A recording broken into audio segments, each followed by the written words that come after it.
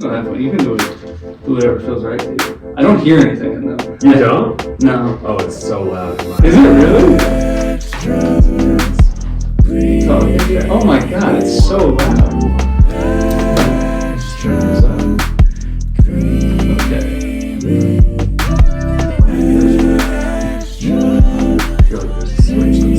I think this is just not plugged in. I can see the levels, so I know it's. That's plugged in. Yeah. I don't know. I can see the levels on here, so I know it's fine. It's recording. How you doing? Good. Yeah. So, how famous are you in Canada? Are we starting? Yeah, we're starting. Oh, yeah. How famous am I in Canada? I'm not famous, but I'm. If I go to the east coast of Canada, people know me from like my old sketch group or this sitcom that I was on called Mr. D, about teacher. I played a nerdy teacher. Yeah, I was just reading your Wikipedia. Were you really? Oh yeah. My Wikipedia reads like I wrote it. It really does. I don't know who gets that information. I would never. I would much rather not have a Wikipedia than have it look the way it does. I think you're only the third guest on the show with a Wikipedia. Okay, you're moving up in the I'm world. moving up in the world. First, no, you're not the first Canadian. I had Henry Sir on. He was one of the first guests. Cool. So you're the second Canadian on the show. Yeah. So when did you start doing comedy? I started doing improv in high school. Yeah. And that was you grew up in Vancouver? Yeah, outside Vancouver in a town called New Westminster. But I went to school in another town called Port Moody, which had like a big sulfur mine. Mm-hmm. So like if you flew over it or drove through it, you'd see like big piles of yellow. And then if the wind hit it right, it smelled like eggs right on the doorstep of school. Sounds beautiful. It Sounds like a beautiful smell every morning. It was definitely like a kind of industrial beauty. Yeah. Yeah. Like What did your parents do? Like sulfur miners. Really? No. My dad's a professor of history. Was a professor of history. Did he die or retire? He retired. Okay, good. The slow death. The death of the career. Yeah. And then my mom had like a bunch of jobs like in community outreach. She's kind of a saint. Really? She would like one of the jobs I remember was she was working with these like store owners in the Lower East Side of Vancouver, downtown East Side, which is like basically there's a lot of like drugs and shit going on in there, and she would like talk to the store owners and try and be like a liaison between them and like the sex workers on the street to like mend the tension so that like the store owners weren't constantly just like furious and trying to chase them off. She was trying to create like a better situation for the sex workers. Oh wow, that's like very cool. Yeah. Very altruistic. Very cool. Yeah. Yeah. She started like a health clinic for teenagers in my hometown when I was younger, like so that teenagers like a sexual health clinic because a lot of teenagers didn't want to like talk about pregnancy and stuff with their family doctors. So it was like a place where they could go and talk about that stuff. So what is Vancouver like, or like British Columbia, I guess? Because when I had Henry Sir on, you know, he was telling, it was interesting to hear sort of like what Edmonton was like. Because you know, I feel like as Americans we kind of view Canada as just being this one big thing, and which is crazy because it's a huge country. Like, So what was Vancouver like? So different from Edmonton, you can't even imagine. Alberta, where Edmonton is like the oil. It's the oil. It's like the Texas, Montana of Canada. Like Montana, like in terms those of... are not next to each other. I know. It's got that like cowboy energy that you'd find in the American West, South, whatever. The legend of the American West. There's like the Calgary Stampede every year is like the rodeo. But then it's also like the hub of oil. So like it's like blue collar and it's also like right wing. Definitely that's what Henry made it sound like, which I think was interesting because he kind of just the American view of Canada. I feel like it's all left. You know, it's all like it's like America's like lefty brother. Yeah, we've got MAGA in Canada. Yeah, that's crazy. Yeah. But Vancouver is like much more liberal. Like it's Pacific Northwest. It's similar to like Seattle and Portland. Yeah, but like so expensive to live there now. So expensive. You ever meet Seth Rogen? No. He moved to the States when he was like a teenager. Yeah, you guys are like around the same age though, right? Maybe he's a little bit older than you. Maybe just a little bit, but he moved when he was like 14 or something. Yeah. He was a prodigy. Yeah, he really was. Yeah. I don't know. So I guess you weren't doing open mics when you were a child. No. But you were doing improv in high school, you said. Yeah, I was doing improv in high school, but I wasn't doing open mics. I can't imagine what I would have talked about if I was doing open mics at that age. I can't either. I mean, I think I started stand-up when I was 20, and I think back to some of those open mics, and I'm embarrassed by it. Yep. And I can't imagine if I was like an actual child doing stand-up. Me neither. Probably honestly would have been more charming than what I was doing in my 20s. Yeah. So you did improv in high school, and then when did like sketch and stand-up come into play? Well, I moved to Halifax for grad school, which is the other side of the country, which is also a very like industrial blue collar area. Well, not industrial so much as like former fishing. Nova Scotia. And that's just north of Maine for our American listeners. See, I didn't even know. And I should know. I'm from the Northeast. I should know that. It's got Maine vibes. It's got absolute Maine vibes. We got some lobster going. We got some cod. And but it's also like a college town. Like five colleges in like a city of 100 to 300,000 people. Let's call it 200. So it's just overrun with like late teen, early 20 somethings. I went there. Very small improv community, very small stand-up community, non-existent sketch community. So I just started doing improv there, and then just branched off into other stuff because it was kind of like, why not? Yeah. And what were you in school for? Who, me? Yeah. Yeah, you, the guest on the podcast. Who, me? Whoever could you be talking to? I was there for English literature grad school, and I did not finish. Yeah. I gave myself literary blue balls. Oh. I failed to finish. What did I do?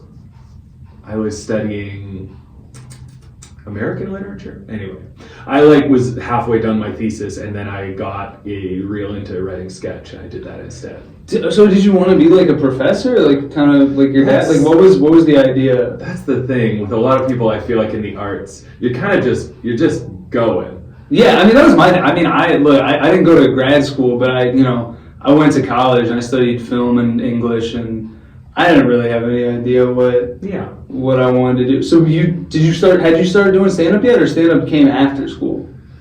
Stand-up came during school. Yeah. Yeah, during grad school, that's when I was like starting to get into it, and that's why it started taking up all my time. So how old were you at this time? 23, 24. Okay. Yeah. And it was just much more exciting and fun. Yeah. To write that stuff. So every time I would sit down to write like my thesis, I would end up just writing like the worst sketch you've ever read in your life. But I thought it was good. What was your thesis? It was on this American writer named Paul Auster. Okay. Who wrote a book of 3 novellas called the New York Trilogy. Uh-huh. And it's kind of like what they call postmodern literature in the sense of like it's a genre, but so it's like in this case it's like kind of like film noir detective genre, like not film but like literary noir. Like it's kind of got that energy, but ultimately there's like no center to it. Do you know what I mean? It's like so in this one novella he's like searching for the answer to something and the clues don't amount to anything. It kind of just like unravels. I feel like that's very like noir. It is noir, except like with noir at least there would be like concrete, like that's the guy who did it. The hero's not going to win, but at the same time we're going to like know the answer to what's going on. Whereas this one's more like poetry in that world. Yeah, postmodernism as like a term always confused me because it's like postmodern. You mean the future? Yeah. It's like no, that's not what that means. Wait, postmodern? What's that? Like sci-fi? Yeah, I know that it's not, but there's a lot of like anytime you tack a post onto something, it speaks to a lot of like pride in the fact that you think you're going to be the last ones to ever do Yeah. that. Like post-punk existing literally like 1979, 1 year after punk. Right, yeah. They're like, this is the last form of punk. This is not only the last form of punk, this is Punk's over. everything. Punk's over, man. It was 1 year. Punk's over. We put the nail in that coffin. We're doing the next thing now. Yeah. And this will always be the future. And it's like punk, but it's like a little more ska. Yeah, it's got more going on. It's a little more. It's more edgy. It's a little more dark and brooding. You like punk? Are you? Because you got that joke about pop punk, emo. I love punk, but like when I was a teenager, I was it was like pop punk. Yeah, like Blink-182. Green Day. Yeah, Green Day. Dude, for sure. I love Green Day. Me too. I was talking to. I had Jim Twos on here. I was like talking about. I was like, oh man, that's so cool that you were like a teenager when Green Day was cool. I'm so jealous. There's so many other bands. Yeah, they were playing cool bands when I was a teenager. It doesn't matter, but Yeah, it's true. Green Day was cool. That was more when I was in like elementary school. Green Day came out, and it was cool. Yeah. I was very young, and they were very different from anything I'd ever heard. I don't feel like I got into punk until well after Green Day. I don't think at the time I knew that was punk. I thought it was alternative rock. Well, that's what it was labeled as. Yeah. I also feel like they have like a little bit more like musicality to it, where like I feel like to call them punk, it sort of like boxes them into to a zone that they're not entirely in. Like they, Yeah, that's true for most. like the Clash as well. Yeah, I think basically every punk group except for the Sex Pistols. The Sex Pistols very much just. I think Blink-182 is kind of like That's pop punk and yeah. But did you ever play music? Yeah, I had a punk band. You had a punk band Yeah. in high school? Yeah. What were they called? Noah's Arcade. Noah's Arcade. Wow. It was a Wayne's World joke that we stole. Okay. I don't know if you can say we stole it. We just Yeah. we used it as a name. Isn't that? Well, I feel like a lot of bands. I mean, here's Steely Dan. That's Mm-hmm. it's a dildo in the William Burroughs novel Naked Lunch. I feel like that's kind of like that's classic. Yeah, you got to poach. Yeah, you got to poach for band names. Yeah. So Noah's Arcade. Noah's Arcade. There was 4 of us, and my friend Colin was the lead singer, and he wrote a lot of songs about getting drunk on wine with your buddies, and then he wrote one song called USA in brackets You Suck Ass. Oh, nice. Sorry about it. And then I got really into like heavier, more political punk. Like there's this Canadian band called Propagandhi. Okay. Yeah. And Propaganda. I really liked them, and they wrote like heavy, like fast, depressing songs about like Palestine and like genocide and rights, human rights, and so I tried to do that also, but I was just a little bit too young to know anything. Yeah. So I was reading a lot of this magazine called Adbusters, which is like very much like don't wear Nike and don't support anything, but buy this type of shoe instead. Yeah. There's a different kind of capitalism. But no, it was very like anti-capitalist magazine for teens, like probably not for non-teens too, but definitely like my introduction to a world of rebellion. And so I would read that and then write furious songs about what I'd read. And what instrument did you play? The bass guitar. Oh yeah, and you also played the cello. Yeah.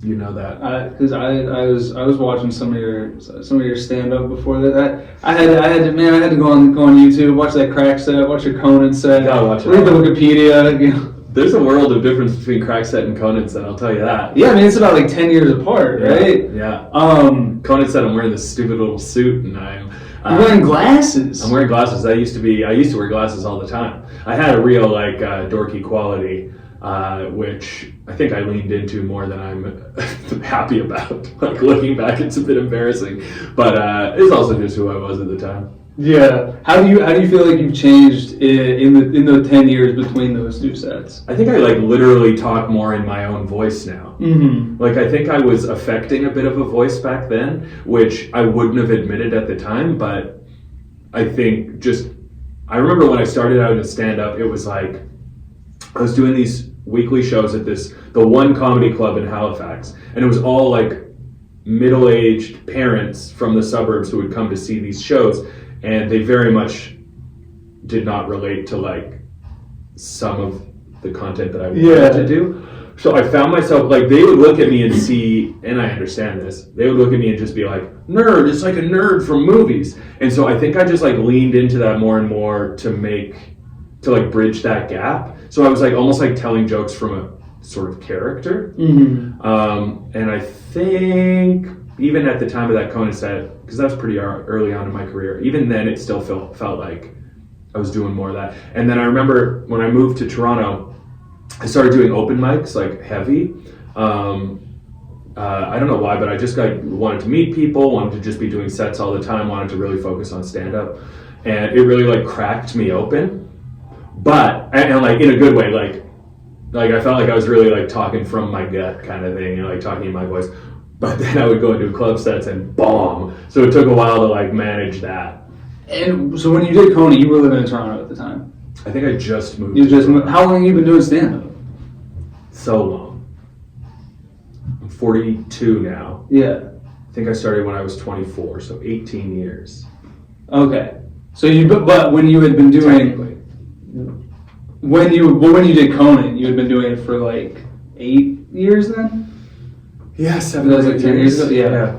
Wow, 18 years. That's a long time. Dude, you could have sex with your stand-up career. Yeah, finally, my fantasy.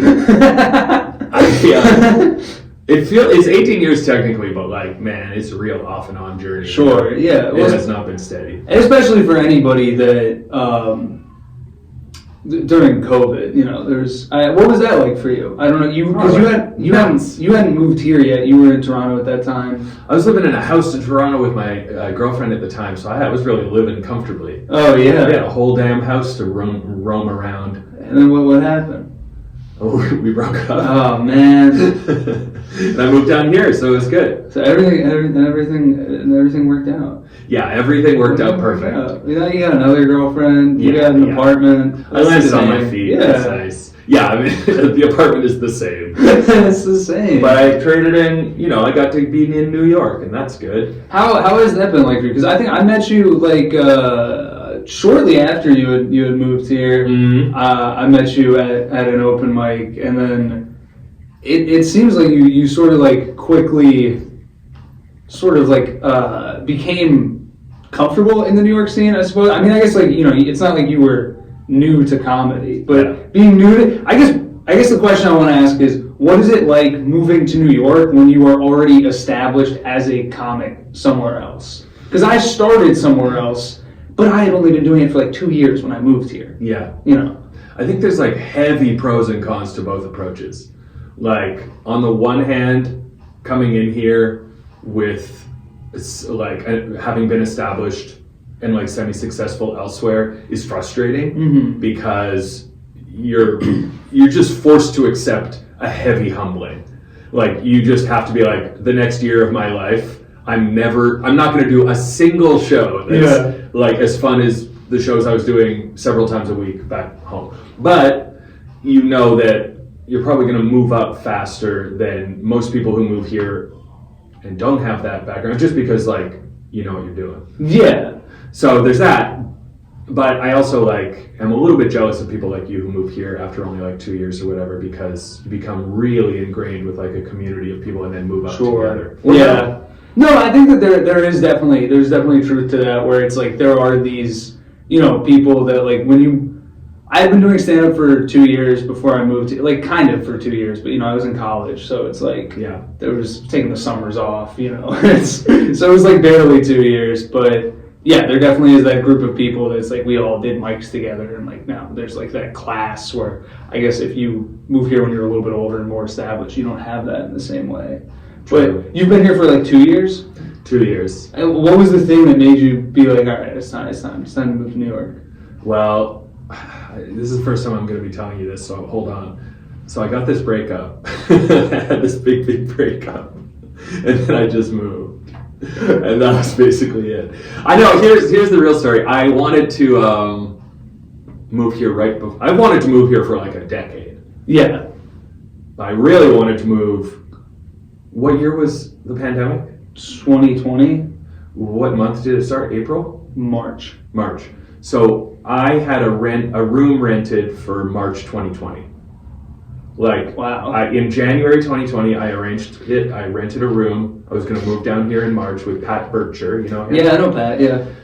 So he had a room in his house, or his apartment, and I was going to move in with him. And it was like set. And then, truly, a week before I was going to move, pandemic. And we were just like chatting online, like texting, like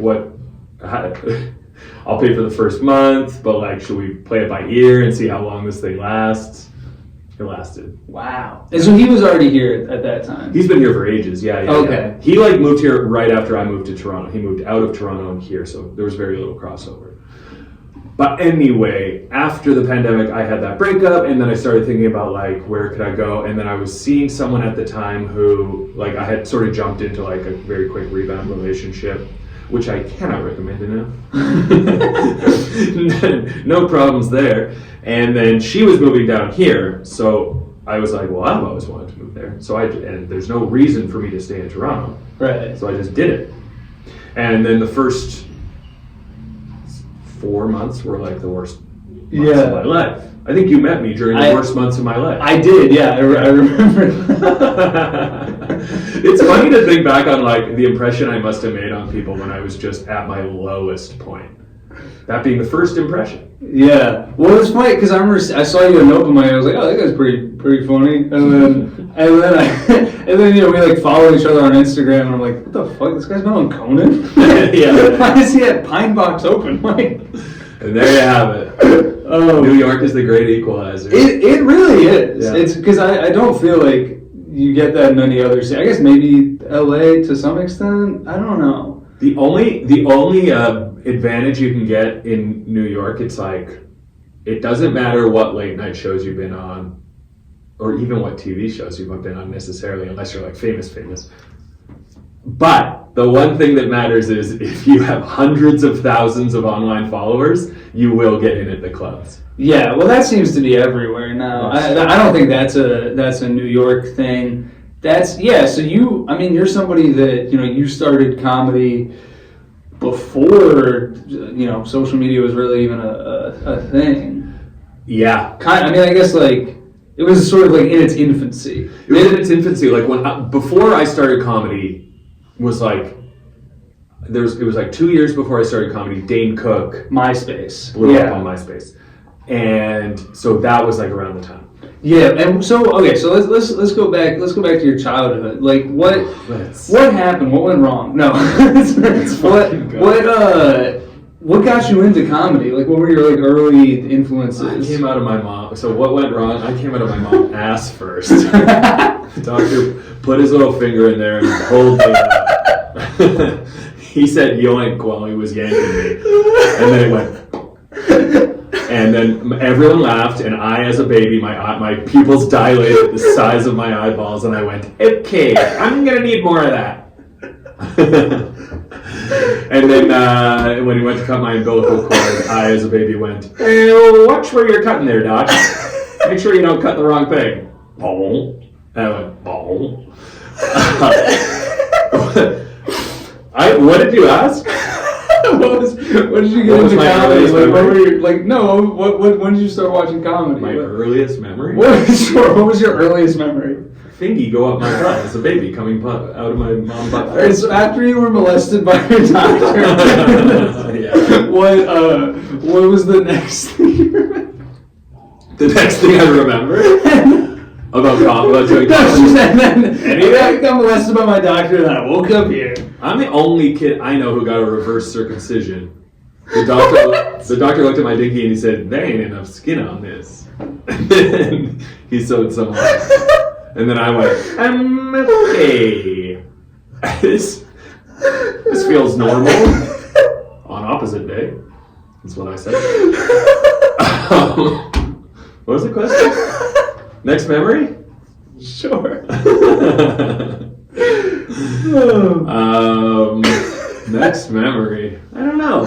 No, what did you When did you get into comedy? Like, what made you start liking comedy? What were your early influences or early exposures? My earliest two influences were these two kids who did a lip sync of Criss Cross, the song Jump. Remember that song? Criss Cross will make you jump. Yeah. So that is a new song on the radio at the time. These third grade boys, during the talent show at my school, did a lip sync where, like Criss Cross, they wore their baseball jerseys backwards, jeans backwards, hats backwards.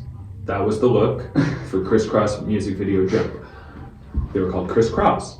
And they lip synced to the song, which mostly just involved them literally jumping around the stage while it blasted. And I think I was in second grade. They were old boys, third grade. And it blew my mind. It fucked me up. And I think that was the moment I wanted to be on stage. Like that. Wow. And then the other thing that happened was, I feel like there was another moment like that just in the real world, but then the show? There's like a scene in the real world that you were like, that's the funniest shit I've ever seen. Yeah, there's a doctor on the real world who pulls a baby out ass first. And you said, I gotta get more of this. I said, now this speaks to me. Finally some content for me. There was a kid who was really funny in my school, who was like basically doing improv in the school play. I remember that messed me up. But I think I think it was Jim Carrey. Yeah. In Living Color, Jim Carrey, and then the movies. Early obsession with him. Obsession that probably set me on a certain path. Was there like, okay, because Henry Sir also mentioned Jim Carrey. Was there, I mean, obviously he was like a huge cultural phenomenon here. Was he even bigger in Canada? Like, was there some sense of like, that's our guy? No. And he's, okay, no. I think that developed, like, I think people were proud of him, but it's the same as Mike Myers, like, sure. We never knew them before they were American. Yeah, because, okay. And Seth Rogen, I guess, similar thing. Yeah. Yeah, it was like they blew up in American shows or American movies, so I think it was kind of the thing where you're like laughing at Jim Carrey for years and then you're like, and he's Canadian? What? But you are. It's like when my parents find out somebody's Jewish. And they're like, oh. Yeah, exactly. Yeah. I still blow my girlfriend's mind with like Canadian. I still blow my girlfriend. I blow her every day. She doesn't know. You Americans, you would not believe how many Canadians are hiding in plain sight. We're everywhere. Name some. Who are the most secret, most surprising? Who was the one that blew her mind recently? Oh, so Elliot Page. Yeah, I knew that one. Yeah, you knew that one. So she also might just be dumb about this. She might just not know. What was the other one? I'll try and think of more. Okay. Well, now they're sitting on Elliot both Page. of the stars of Juno. Sarah Michael Sarah. Yeah. Sarah Michael Sarah.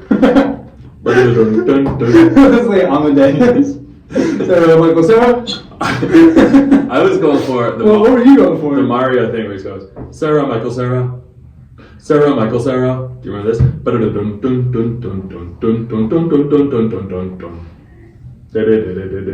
Can't picture that. You don't know that one? Mario, the little Italian guy? Yeah, Mario and Luigi. You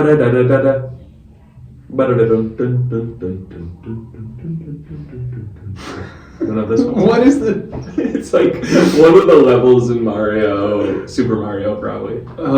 Early one. So Jim Carrey. Yeah. You got a little Jim Carrey. Do I? No. I wish. I mean, I guess. I don't know. I don't think I go that big. Yeah. I don't think anyone goes that big. No, nobody does. He's really. I think him and Robin Williams. Mm-hmm. That's kind of it. Robin Williams not Canadian. Not Canadian. No. But I just mean in terms of like.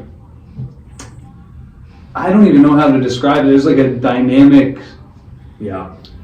Element of performance to both of them where it's like they're just like always on in such a unique way. Mm-hmm. And both like not just like both incredible actors and comedic actors and dramatic actors, and also like stand up, like just really could do anything. Yeah. I just rewatched that movie Insomnia. Remember that Christopher Nolan movie? It's like Al Pacino gets sent to Alaska to solve a crime. It's right before he did Inception, so it's like right before Christopher Nolan was like the biggest director in the world, but he was still big. But it's Pacino in Alaska, and then Robin Williams plays the killer. I've never even heard of this movie. It's a remake of like a Swedish movie or something, and it's pretty good. Pretty damn good. And the thing is that Al Pacino can't sleep because the sun's not setting. And he's going crazy, but he's trying to solve this murder, and he's kind of bending the rules to do it. Damn, I did not know that Al Pacino and Robin Williams were in a movie directed by Christopher Nolan. Pretty cool. That is pretty cool. That's pretty cool. But yeah, Robin Williams does a good job. He's a good actor. Yeah. He's a good... But I think that's very much like a product of the 80s, you know, like both of them are like back then, whether you were a good comedian or a bad comedian, there was a good chance you were going to go big. Mm-hmm. Like big, like performance big. Yeah, like very broad. Broad. Yeah. But maybe it's coming back a bit with Tim Robinson, Conor O'Malley. A bit. There's definitely I mean, yeah, that is true. I hadn't really made that connection. And because Conor O'Malley is also, he is a good actor. He doesn't have to be big. He can do more like I feel like lately he's only been doing big. But I just remember, I think the first time I saw him and I didn't even know who he was, and it wasn't until like looking at his IMDb page that I made his connection. He's in an episode of Louie. It's a full flashback episode where he plays young Louie. Wow. And it's incredible. Not bad. Well, he's great. I mean, even I call him big, like broad performer, but like something in his face makes everything extremely grounded. Whereas like Tim Robinson feels like he usually belongs on the moon. Yeah. But Conor O'Malley's pretty grounded in his madness. Have you seen Friendship? Still? No, not yet. Oh, you gotta see it. The scene where there's just one scene of the two of them together. Is that the drum kit? It's the drum kit scene. I've seen that one. Yeah, and it's incredible. Yeah. They're very good at like the scenes about this, but then one of them says something that's kind of unrelated, and then they just follow it there. Yeah. That's the kind of comedy I like. So okay, so let's get back to like what else was Mark Little interested in comedy? Like what? So Jim Carrey, we had those movies. Like what else was there? A strangely large amount of black comedy, which I feel like was pretty typical of kids who grew up in the 90s. Mm-hmm. So like we're talking Eddie Murphy, we're talking In Living Color, we're talking the show Martin for some reason. Oh yeah, Martin Lawrence's show. I was obsessed with those things. I was mostly obsessed with In Living Color, and then and then The Simpsons. In addition to all that, The Simpsons. I was fucking nuts for The Simpsons. So that's when I was a kid. So did you have like dreams of doing comedy or? Yeah, once when I was young, I think I was watching Seinfeld by this point, so maybe like 10 years old. I was watching Seinfeld's, or listening to his stand-up special, like I'm telling you for the last time. It's a great special. Mm-hmm. It's so good. I think I wanted to be like I wanted to be a comedian. I decided in that moment, and Seinfeld makes it seem so easy. He does, yeah. So I sat my mom down and I gave her a one-person performance, 101, and I did a joke where I said, how come every time you go to the fridge for milk, the carton's empty? And it's because your kids finished the milk and they put the carton back without even writing it on the grocery list. And you can't complain to your wife because she'll side with the kids. And then my mom was like, stop, what? Is that a Seinfeld joke? No, this is a joke that you wrote. It's a kid joke. This is a joke you wrote as a child. Yeah, and then my mom stopped me and she went, are you the dad in this joke? And I was like, and then I threw a fit. I was like, it's my comedy, it's comedy, I can be whatever I want, you know, like, that's a joke, it's just a joke. But of course she was right. She told me to write from my perspective. How old are you at that time? 10, 11? Yeah, good advice from your mom. Really good advice that I was too immature. Because I was so confused by even just hearing you like tell me about it. I'm like, yo, what? Are you you're the dad in this? Yeah. I was not a good comedian, but it was good advice. And then what was your favorite movie as a kid? I loved The Mask. Yeah, somebody stop me. Somebody stop me. Still a great movie. I've never seen it. Oh my god, really? Yeah, I've never seen it. Oh, it's wonderful. It's like It scared me as a kid. Yeah, You know it's what I like- realized recently? I was scared of green things. I don't know. The Mask, the Grinch, early bananas. the Hulk. Yeah. The Hulk. I don't know when it. Yeah, the Hulk scared me. Green is the color of monsters. Green Goblin, but I was okay with that because Spider-Man was there. Spider-Man It's gonna save the day. is going to save the day. Well- So Green Goblin. If you were afraid of the mask, wait till I tell you who was there to save the day. Stanley Ipkiss, I believe is his name. Stanley, which is of course Jim Carrey's character when he's not wearing the mask. So is the Mask evil? Yeah. Okay. The mask is like Dr. Jekyll and Mr. Hyde. So it turns a mild-mannered bank employee, I can't remember what his job is, but it turns this mild-mannered man who never goes for what he wants. He's a bit of an introvert, he's a bit shy. There's a gal he likes, he would never dream of talking to her. And then the mask brings out, it's basically, the mask is booze. The mask is just like intense booze. And it makes him talkative, performative, exciting, but also a bit dangerous, a bit reckless, carries a big gun.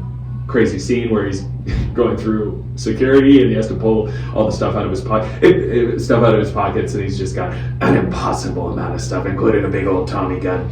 The Mask is crazy. It's basically a human cartoon. Yeah, that's kind of the vibe I've gotten. Yeah. From the bits and pieces I've seen of it. What's your favorite Jim Carrey movie now? Probably still The Mask. Still The Mask. I'm trying to think of what's a better one. Truman Show. Truman Show's pretty great. I haven't seen that in a long time. Eternal Sunshine's pretty great.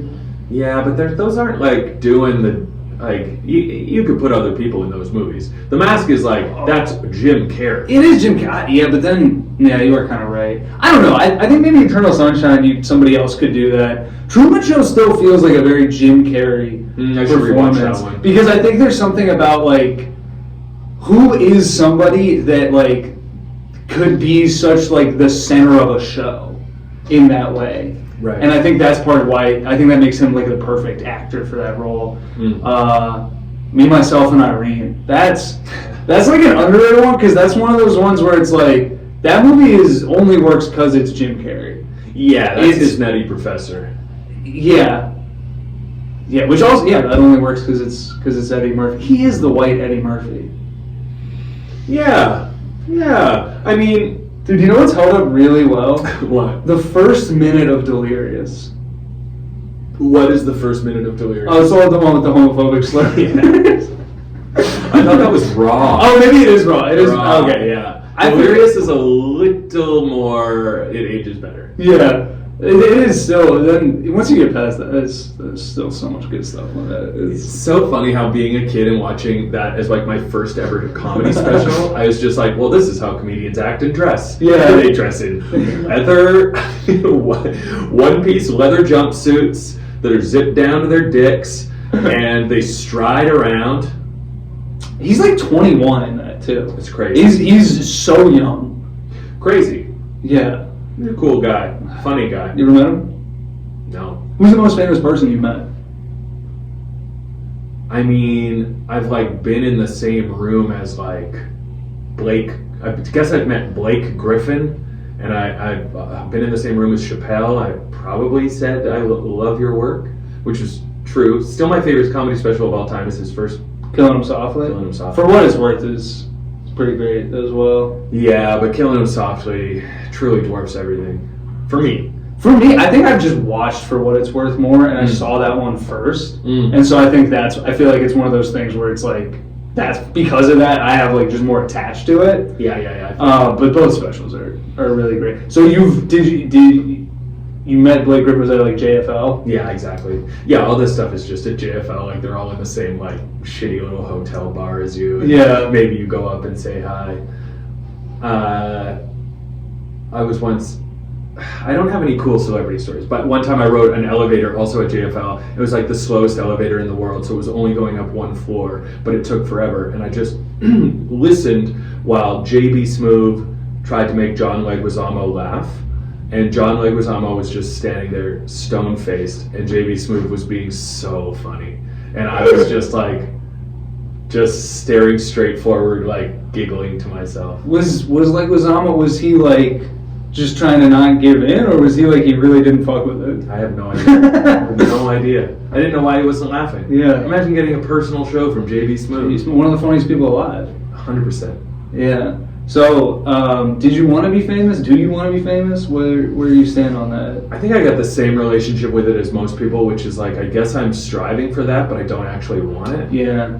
Like, I want to have more opportunities than what I have right now. I want to make, like, I get to make my own things sometimes, and I want to keep doing that and get to do that bigger. But I don't think it would be fun to be like Tim Robinson now, where you can't even walk down the street without getting like mobbed. I'm assuming. Right. Every time I feel like every day he probably has somebody coming up like 55 burgers, 55 fries. You know, like something crazy like 100%. that. And that's like low level fame. Like, Yeah, that's like my parents wouldn't recognize him. He's like C-list, D-list celebrity, like, and even still, I feel still, yeah. Like, yeah, that doesn't sound fun to me at all. And I think most celebrities would agree. Yeah, you know what's interesting about that? I've always, every time I watch like a documentary about like a celebrity, like Gary Shandling or Robin Williams, and then you start to hear stuff about like how difficult fame is, and there's always a part of me that is like, yeah, but I kind of want to find out, you know? I think that's the trap. And right? Yeah. It's like, they're definitely right. It sounds awful, but let's see. Let me see for myself. You know, I remember I got this pang of fear on behalf of Hawk Tuah Girl when she. Oh my God! Yeah. When she first broke, because I watched that video like everyone else, and I thought it was really funny. I thought it got a weird amount of backlash. She's just a drunk girl making a funny little line. She didn't decide to make herself famous. No, yeah. The world is crazy. She's not crazy. But the world made her crazy, and it was so clear that it was going to happen right away. Where it's like, she's getting too much heat for this. Oh no, she's got agencies vying for her. Oh, they're trying to give her stuff, podcasts, cameos. Like this cannot end well for her. Yeah. It so clearly was a death trap for her. And then I think, I don't know what her life's like now, but she had that crypto scandal where it was clear that like people were taking advantage of her, and she probably made a lot of money, but she's probably like has trouble walking down the street without getting insulted now. Yeah, I mean, it does seem like she's backed away from the public eye. And then people, it's funny because then she had the podcast and people were like, oh, she's not good at hosting a podcast. It's like, why would she? She's just a girl who was in college and said one funny thing online. Imagine her life if that had never happened. She would just get to keep living and never even guess that she might have had that opportunity. Yeah. But then on some level it is like she could have chosen to not.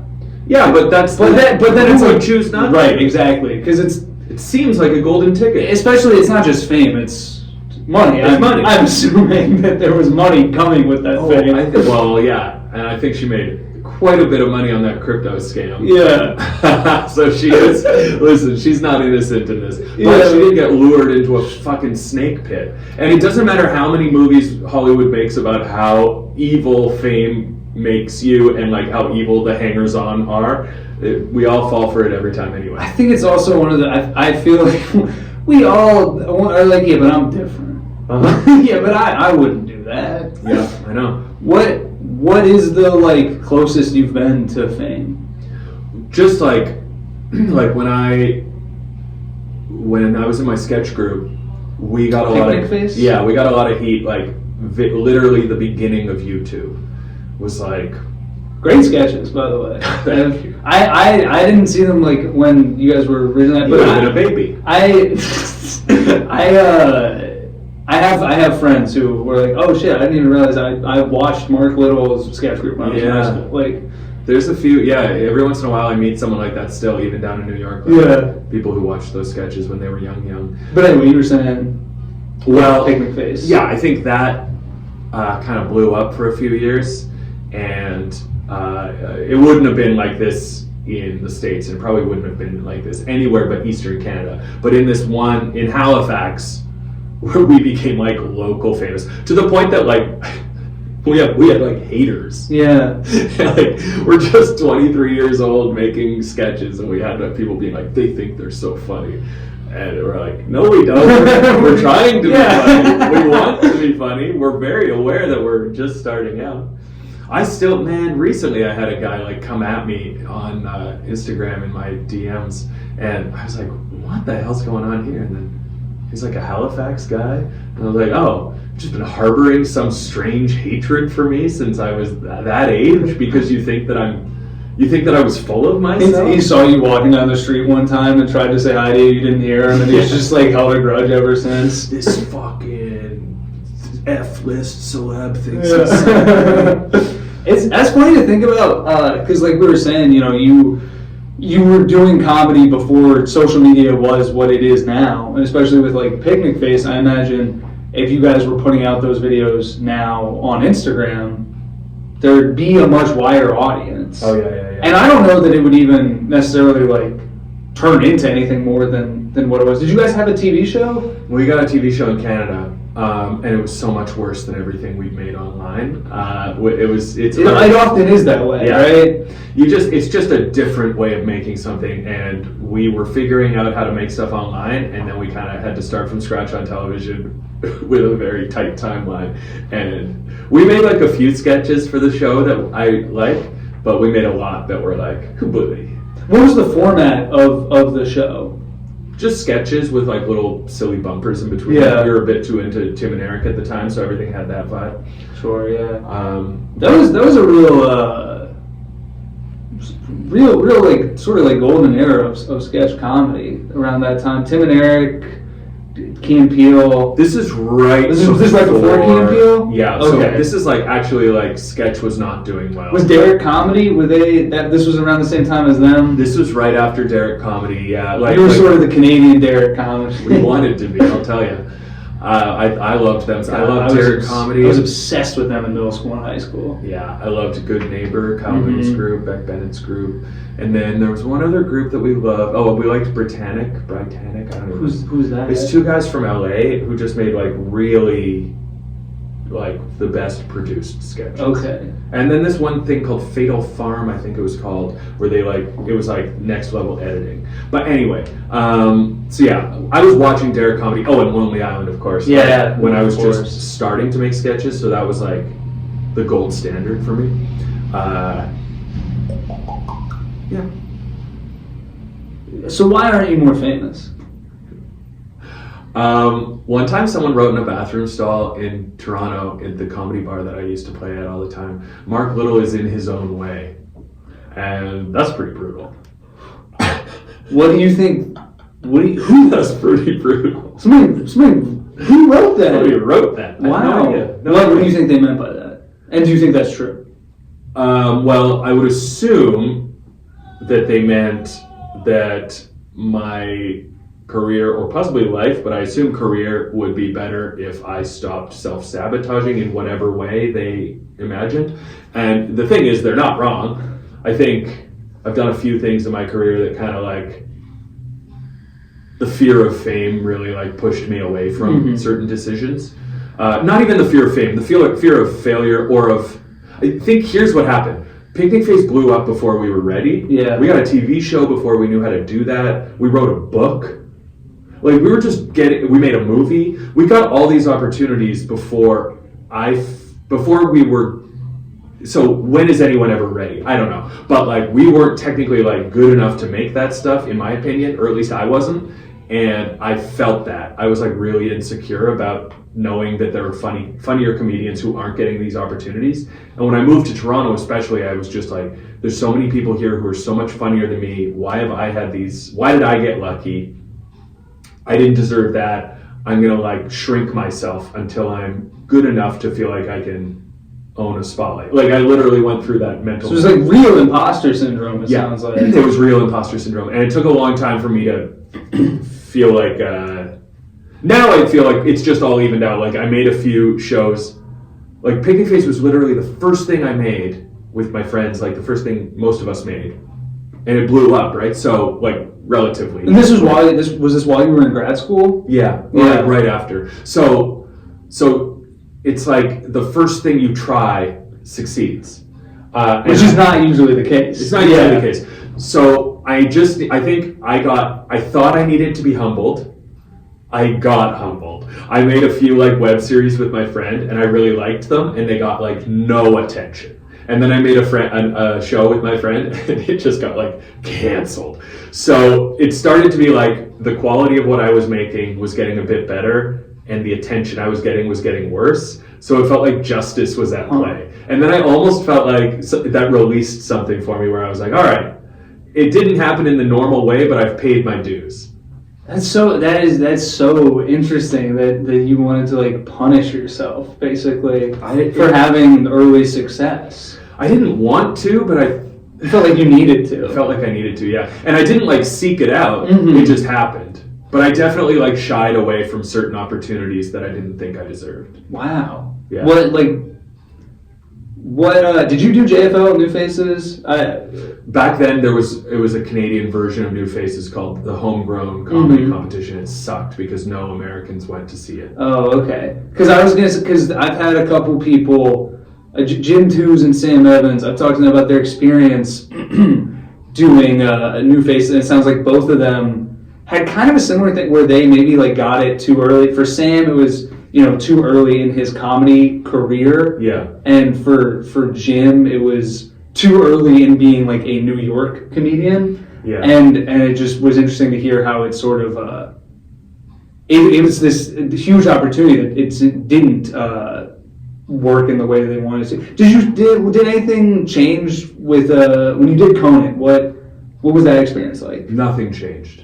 It was such a fun experience. But I guess at that point you were already like a somewhat successful comedian in Canada? I mean, somewhat, just in the sense that like I was on a sitcom that was successful relative to Canadian standards. Like I got to film every summer, and I got paid. Mm-hmm. So like by that measure, I was successful. I wasn't doing like my stand-up wasn't going great, and I wasn't doing the kind of comedy I wanted to be doing wasn't hitting. Yeah, but I had this like safety net of this show that I was on. That was like a good experience. Yeah. But again, I didn't necessarily think I deserved it. So maybe I relate to them. But in that sense. Deserved what? The show? The sitcom? Even the show, even the sitcom, yeah. Have you had anything that you felt like you deserved?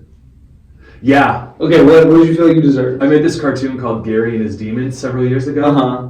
That was the first time where I was like, okay, I earned this. It was hard. I got barely any money, but we made it work.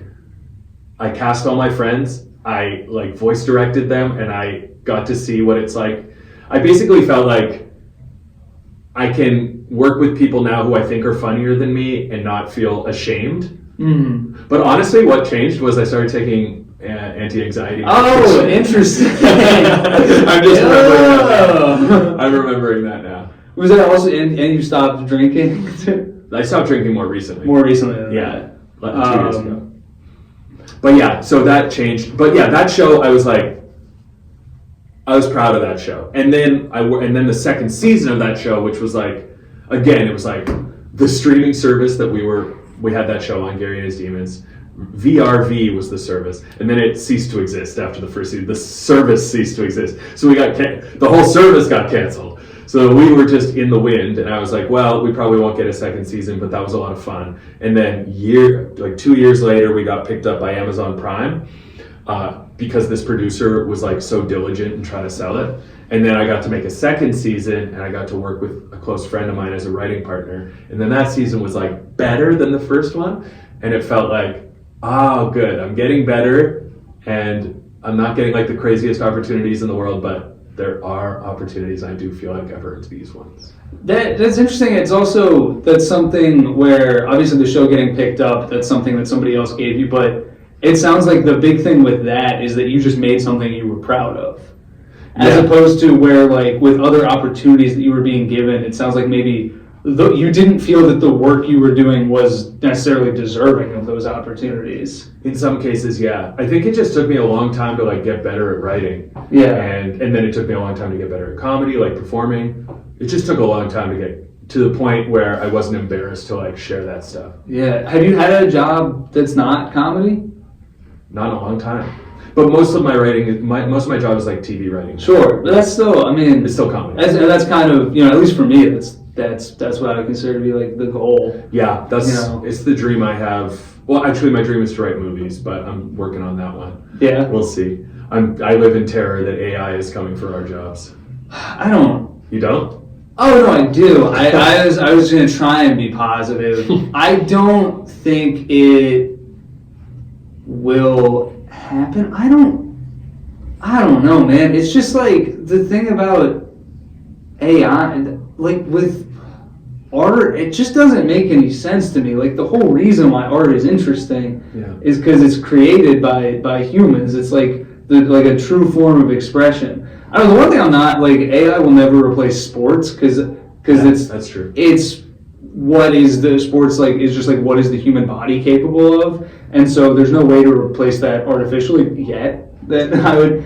I think people would like AR F1 Sure, battle yeah. racing where they like try to Maybe- bash each other off the road. Maybe that, yeah. I guess like, but with everything else, I was thinking about this when I was doing a murder mystery party where my character was somebody who loves AI, Good. and so it was just I was speaking from a place like improvising, speaking from a place where I loved it, and I was like, yeah, but with everything else, what the human mind is capable of is AI.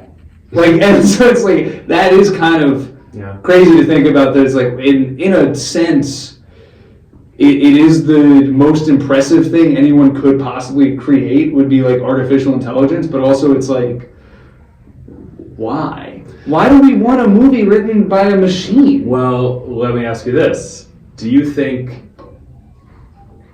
that AI would not write and create Transformers, the Michael Bay version, and wouldn't it be just as successful as it was? Yeah, Like, there's nothing about that movie that screams human input.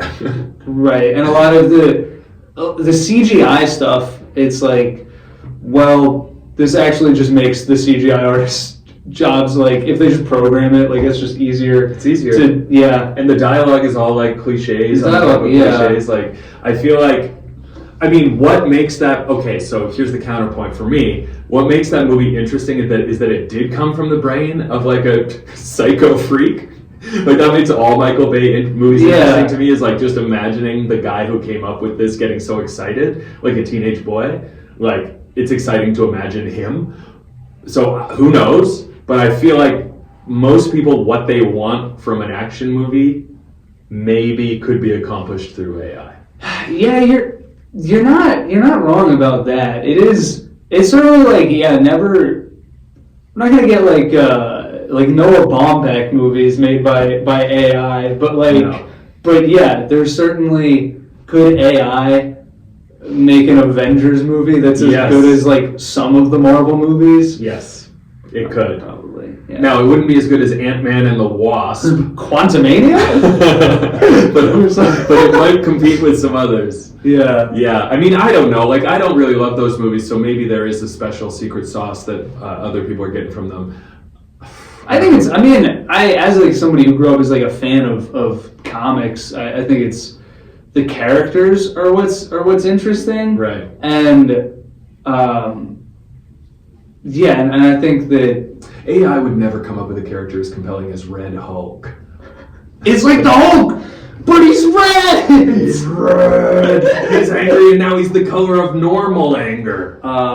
It's Hulk, but more normal. Thank God. People, it's weird to me that there's people that like love it, and I see you. I mean, you respond to a lot of people like on threads that are Yeah, talking go dumb crazy. shit. I'm a fucking menace on Threads.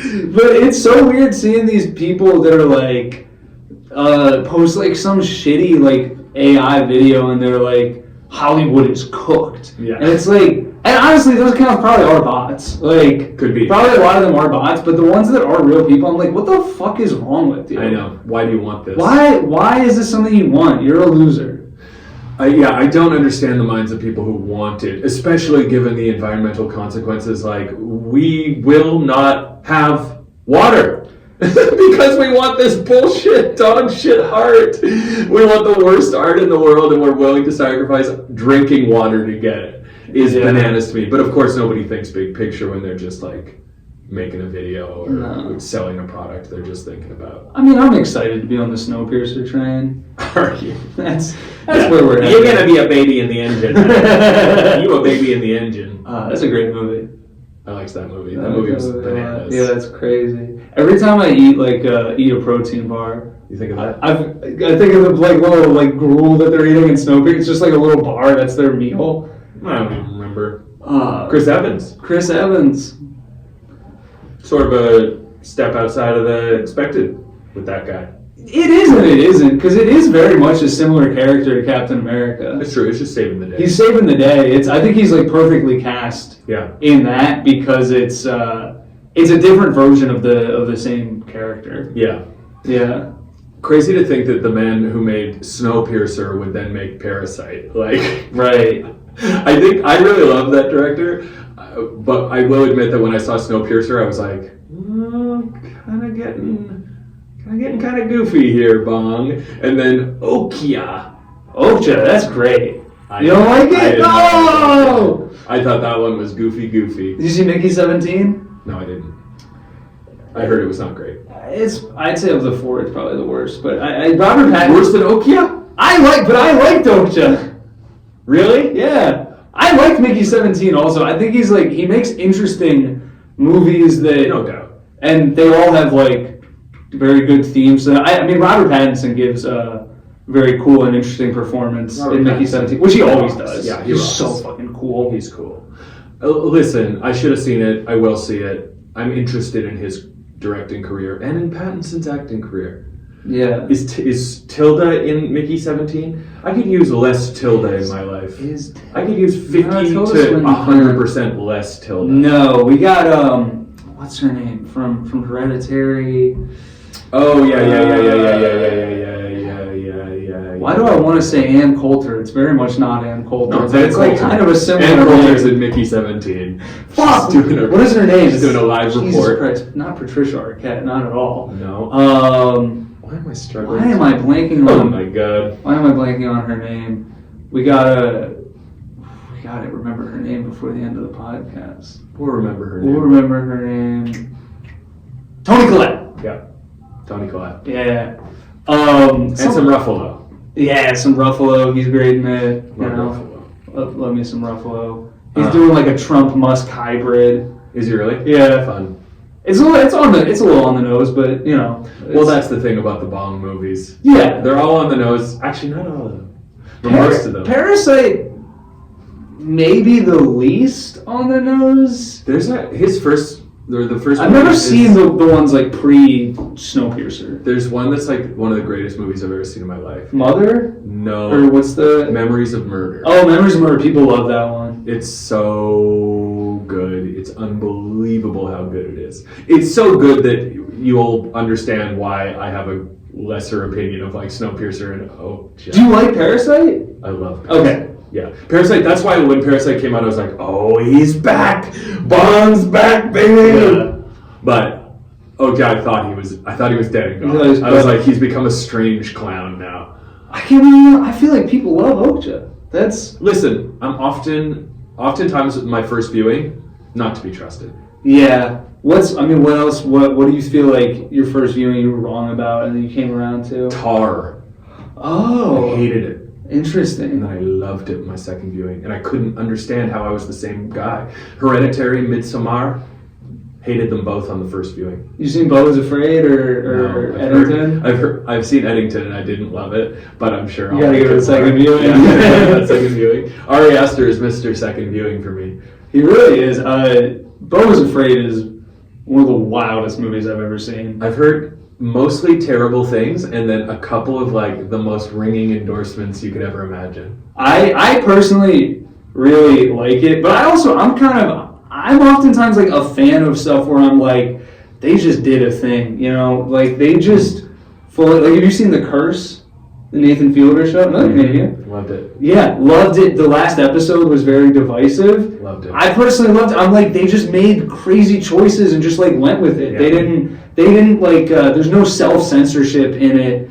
And I think a lot of times, either by studios or by people just being afraid of their crazy ideas, stuff kind of gets shut down. It doesn't get taken to that ridiculous place. Yeah, we like it when it goes to a 10. Yeah, and that's definitely what The Curse did. I feel like that's what Beau is Afraid did. Cool. And yeah, man, movies are great. Man, I really love movies. I love the damn things. So good. What's your favorite movie you've watched recently? We gotta wrap up soon, but well, then we better hit this big important topic. My favorite one recently. Well, you know what? I'm checking the box. Check the box. Check the box. All right, I'll tell you which one I've loved recently. Oh well, One Battle After Another. That's an easy answer. Incredible. I loved it so much. Yeah. What's crazy is like, it could not have been more hyped for me. I literally had friends telling me it was their favorite movie of all time. I literally, my friend Carlos texted me after seeing it and said it's the best movie ever made. Yeah. And even going into it with that, I was still like, that was incredible. Exactly. That's crazy. And I love how he just like took songs that were already famous from other movies and just used them in his movie. Like, all right, I get it. American Girl, Seattle's Silence of the Lambs. This is my song now. Dirty Work, Farewell Sopranos. Yes. American Hustle or whatever. Yeah. This is mine. Here's what's crazy. I was doing an improv scene with this like Gen Z girl. Like there's like a big group of us, but we were in a scene together. And she started singing Dirty Work in the scene. And I was like, how does this like 23-year-old know Steely Dan? And then the next night I went to see One Battle After Another, and I was like, oh my God, he not only did he make a great movie, he brought back the Dan. He brought back Dirty Work. That's also, it is another just example of in a movie taking a song that's famous from another movie is when in Once Upon a Time in Hollywood, when they're playing Mrs. Robinson on the radio. Yeah. But I don't remember that, so did it really work? Yeah, well, that's also from 6 years ago, not 2 weeks. Well, I think my point stands. Yeah. No, One Battle After Another was fucking crazy. It was so good. And interesting in the context of Eddington, because I feel like Eddington, I was like, there's things I really loved about it, and then other things I did not like. Again, first viewing. And then One Battle After Another felt like it kind of did a lot of those same things, but so much better. It was almost rude. Yeah, I kind of agree with that. Eddington, I liked it a lot. I wanted to love it. Going into it, I thought I was going to love it. Because I was so excited from the trailer, and just from the fact that it was like one of the first like pieces of art made like post-COVID, kind of like capturing what COVID was like. And I think they did a really good job at that. In a way, for sure. They definitely captured, and Ari Aster, just because all of his movies are crazy, he was a good person to capture the insanity of what living through that time was like. Yeah. But overall, could have been better. It was interesting. I will say, Joaquin Phoenix is one of the greatest actors of all time. He also has had some of the worst performances I've ever seen in my life. But I think he's like one of the greatest actors, and that might be his greatest performance. In Eddington, he's pretty incredible. It's unbelievable. He's really fucking good in it. He's pretty great in Beau is Afraid as well. Oh, I gotta see. Yeah. He's also, you know what? I watched The Master for the first time recently. It's unbelievable. It's Joker. It's the same character. But it's so much better. No, I know, but I'm just saying, and that was before Joker. It was. But it was just interesting seeing that and being like, he was heralded for his performance in Joker. And he was nominated for The Master as well. But it's like, dude, if he had just put some clown makeup on in that, he would have won. I think his performance in Joker fucking sucks. I think it's dog shit. The movie only works because of his performance, though. Maybe it would have been worse without him, but he stunk ass. And again, it might not be his fault. It might have been like the directorial and editorial choices. But man, when he's walking down the stairs and then it says, don't forget to smile, and then he crosses out forget to, so it just says don't smile. Like, if this is improv, it's the worst improv. Yeah, but that's not. I think that's not him. That's Todd Phillips being like cliche and on the nose. And I still blame Joaquin for going along with it. My thoughts on Joker. Great performance from Joaquin. Really well shot, poorly written movie. Really well shot. Yeah, really like it's one of those movies where every time you see like a still posted on like Instagram or Threads or something, I'm like, wow, I guess maybe did I like that movie? Yeah, It's one of those. totally. I've been there. Yeah. But then, like, listen, a lot of shade on Joker, but I gotta add this caveat: only watched it once. I've only seen it once as well. So you really got to see things a second time, huh? I really do. I don't trust myself. Yeah. Wow. I That's don't interesting. trust myself at all. You seen The Smashing Machine? No. Pretty good. Is it? Yeah, The Rock gives a great performance. It's really kind of like we were saying with Chris Evans and Snowpiercer. It's cool to see, to be like, okay, he can act. He's a good actor. Yeah. Which makes sense. I mean, He's great in Get Shorty. he didn't Get Shorty? Was it Get Shorty or was it? Get Smart. No, I'm thinking he had like a cameo. Isn't he in Get Smart? He might be. I didn't see Get Smart. I think he had a cameo in Get Shorty. I don't know. He had promise early on before he became the swollest man of all time. He has the same problem as Kevin Hart. What's that? Too swole? He loves money too much. Yeah, I don't think The Rock has. Yeah, I don't think he has money concerns outside of money. Yeah, like exactly. Like I think both of them clearly two of the most talented people like working Very talented. in Hollywood. Just the movies are mostly dog shit. The Rock would do a commercial for. Maybe this is more fair to say that Kevin Hart would do a commercial for like. I don't know. Dog poo. He did a commercial for the Saudi government. Did he really? Oh, he did that. He did the festival. And he's the one that nobody's mad at him. People are like furious at Burr and nobody expected anything more from him. Nobody is like, it's like, oh yeah, he would do a private show for them. Like, Oh, he's one of the great capitalists of our time. oh God. He would hold the saw and carve off the journalist's head if they paid him enough. But he'd be funny doing it. He would be funny doing it. You ever seen a smaller man holding a saw? We couldn't have gotten a smaller saw. You're trying to make me look tiny. He saw his mom. He wasn't ready. My Kevin Hart is just like Cat Williams, and that's bad. He's a different small guy. What do they have in common? They're both small. That's it. Black. You don't see color. You just see hair and size.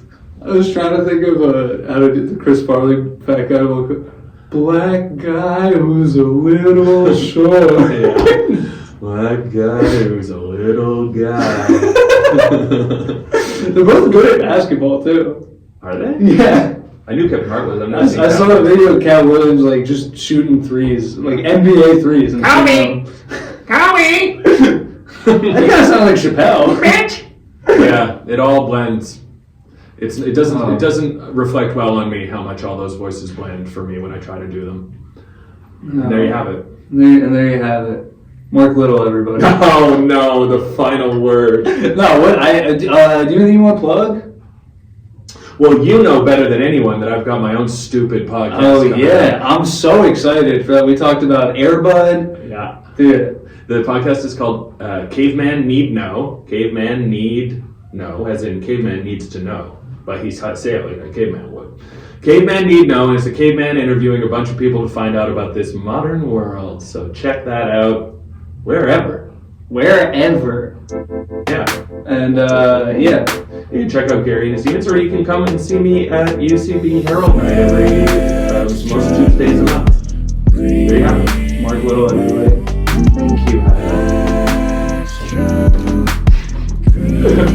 What a psychotic. You'll never reach